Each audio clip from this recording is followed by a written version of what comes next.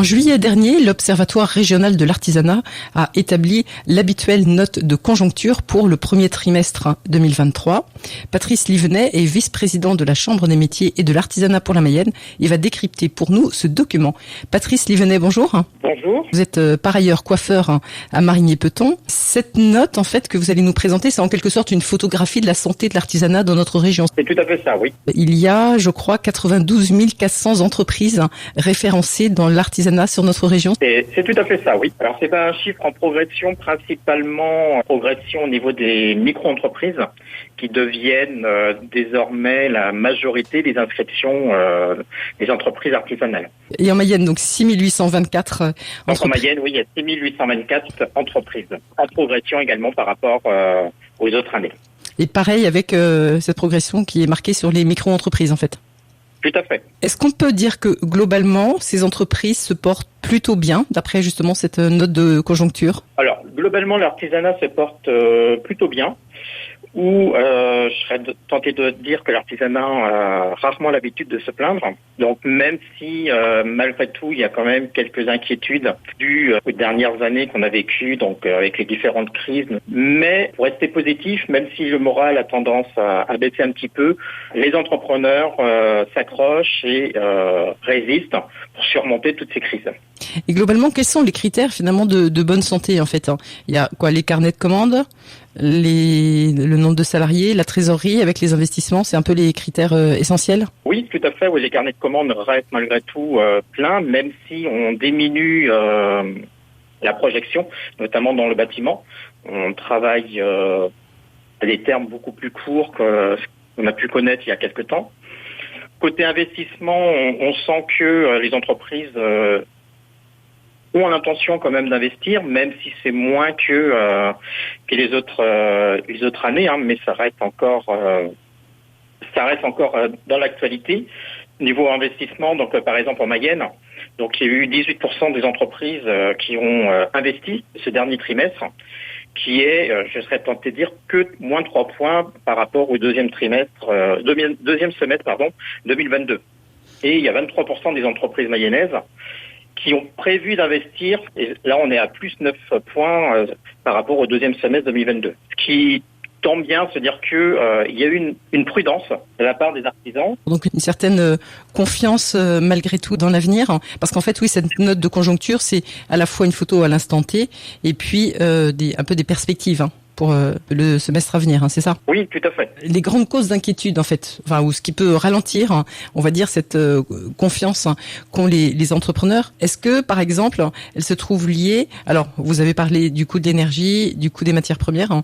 Est-ce que également la trésorerie avec les remboursements des prêts justement accordés durant le Covid, est-ce que ça aussi c'est un facteur de fragilisation des entreprises de l'artisanat? Oui, tout à fait. C'est un facteur d'inquiétude, même si pour l'instant il est peut-être encore trop tôt pour faire un point, mais malgré tout, on hésite à investir, on se dit, bon, on va déjà rembourser ce prêt et après on verra les investissements. Parce que tous ces prêts, les PGE, n'ont pas tous été soldés encore. Non, tout à fait, oui. C'est soit donc l'artisan décidait de solder l'intégralité à une date à l'instant T donc qui a passé, soit il reconduisait sur un prêt normal s'il n'était pas en possibilité de rembourser la totalité de ce prêt garanti par l'État. D'accord, donc ce sont des charges qui vont se répercuter encore pendant un petit moment peut-être pour eux. Voilà, exactement.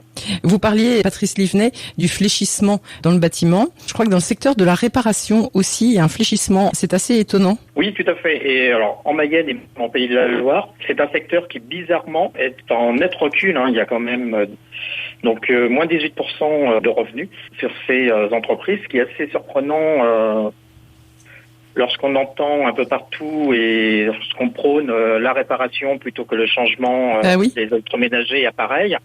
Et en même temps, on s'aperçoit que ce secteur de réparation est en faiblesse. Donc, on ne comprend pas. Affaire à suivre. Et puis, parmi les causes d'inquiétude pour l'avenir, ce qu'on peut évoquer aussi, c'est l'emploi. Pour l'instant, l'artisanat fait à peu près le plein emploi. Alors, actuellement, oui, l'artisanat fait quand même le plein emploi, du moins se stabilise. Je reprendrai les chiffres donc plus particulièrement en Mayenne. Donc 79% des artisans maintiennent leur effectif. dans les productions, donc il y a 14% des artisans qui déclarent même une hausse d'effectifs. Dans le bâtiment, il y a 3% des artisans déclarant une hausse d'effectifs et 15% malgré tout qui ne déclarent donc une diminution à l'avenir. Ouais. Mais malgré tout, on reste quand même sur des effectifs qui restent stabilisés, je dirais. Et concernant l'emploi, je crois que les artisans ont, et c'est pas la première année d'ailleurs, une grosse difficulté, c'est dans le recrutement d'alternants. Oui, comme beaucoup de corps de métier, et pas que l'artisanat, nous sommes confrontés au déficit de recrutement de nos salariés. Il y a encore une grosse inquiétude qui va nous arriver donc pour l'avenir, parce que au niveau national de l'institution légale donc affiliée au gouvernement, donc France Compétences, qui finance les formations auprès des centres de formation, ont décidé de réduire de 5% le financement de la formation, qui est une grosse inquiétude pour tous les centres de formation. Alors, quand on dit 5%, c'est une moyenne. Pour certains métiers, ça peut aller jusqu'à 30%. Parce que, pardon, ça, du coup, qu'on comprenne bien, l'État finance la formation, c'est-à-dire il finance tout ce qui se fait justement en CFA, tout l'enseignement plutôt théorique, enfin entre guillemets théorique, parce qu'on sait que c'est aussi pratique, mais tout ce qui ne concerne pas ce qui se fait en entreprise. Voilà, tout à fait. D'accord. Et donc c'est ça qui est concerné par cette baisse. Voilà, tout à fait, oui. C'est donc France Compétences, qui est l'organisme financeur, qui finance les formations directement auprès des centres de formation. Qu'est-ce que ça peut vouloir dire en fait, qu'il y aura moins d'enseignants pour les élèves ? La grosse crainte c'est que certaines formations ne seront plus bénéficiaires. Elles seront au contraire déficitaires. Donc la grosse crainte c'est que les centres de formation seront dans l'obligation, juste pour des raisons budgétaires, pour ne pas mettre la clé sous la porte, seront dans l'obligation de supprimer des formations qui ne seront plus rentables. Ce qui veut dire à l'avenir, plus de futurs artisans formés. Et donc nos futurs salariés et les futurs artisans qui pourront reprendre les entreprises artisanales. Oui, et on sait que là, il y a un réel enjeu puisqu'il y a pas mal de départs en retraite annoncés dans un futur proche. Mais Patrice Livenet, pour qu'on comprenne bien, vous commenciez effectivement à nous dire tout à l'heure le coût d'un alternant, enfin d'une formation, en tout cas, n'est pas forcément la même suivant la nature de l'activité. En moyenne, par exemple, un alternant coûte. Donc, la moyenne, un alternant coûte environ 7 000 € par an. Vous avez certains métiers comme les métiers de bouche. Forcément, les centres de formation sont obligés d'acheter de la matière première, tout ce qui est viande et autres. Et quand on voit le coût de la matière première actuelle qui augmente, donc forcément le coût de la formation augmente. C'est pour ça que cette réduction de la rémunération du coût de formation inquiète énormément. Parce que donc les centres de formation ne pourront pas plus joindre les deux bouts. Vous aviez présenté à la conférence de presse l'exemple de l'ébénisterie où un alternant, la formation coûte 13 000 €. Donc ça veut dire on pourrait ne plus former d'ébénistes dans un futur très proche. Concrètement, c'est exactement ça. Si cette formation n'est plus rentable ou fait perdre de l'argent au centre de formation, il n'aura d'autre choix que de supprimer cette formation. Et donc, on ne formera plus d'ébénisterie. Nous comprenons pas, on entend par exemple le discours d'Emmanuel Macron qui prône l'apprentissage et qui veut plus d'1 million d'apprentis pour les prochaines années, et en même temps, qui accorde une réduction budgétaire énorme sur le financement de la formation des apprentis. Donc il y a un double langage que nous ne comprenons pas. Notre président Joël Fourny, donc président de la Chambre de métiers nationale et également de notre Chambre de métiers d'artisanat au niveau régional, donc a écrit au ministre et également à notre président. Actuellement, nous n'avons pas de réponse, mais je sais très bien qu'il est très très enclin sur ce dossier et qu'il le mènera très sérieusement jusqu'au bout.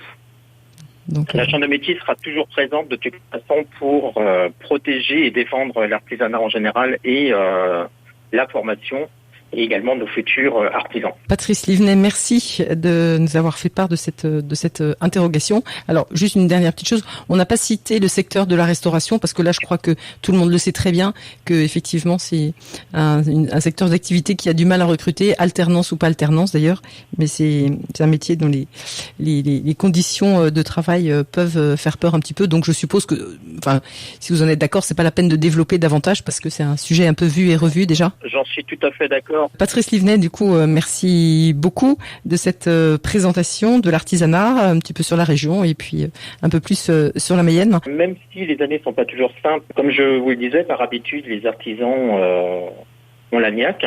Juste un message à leur transmettre, si vous me le permettez. Bien sûr. C'est que la Chambre de métier a mis en place justement pour les artisans qui ont vraiment cette fatigue psychologique et qui se sentent pas bien, a mis en place une cellule d'écoute. Donc n'importe quel artisan peut appeler le service de la Chambre de métier pour être écouté. Voilà, et éventuellement être dirigé vers des professionnels pour être aidé, que ce soit budgétairement, psychologiquement, moralement et autres. Donc surtout pas hésiter à appeler, à contacter la Chambre de métier. Merci beaucoup Patrice Livenet et puis on s'autorisera peut-être à faire une émission spécifique sur cet aspect-là qui est effectivement très intéressant. Merci beaucoup et du coup je vous dis à très bientôt Patrice Livenet. Merci.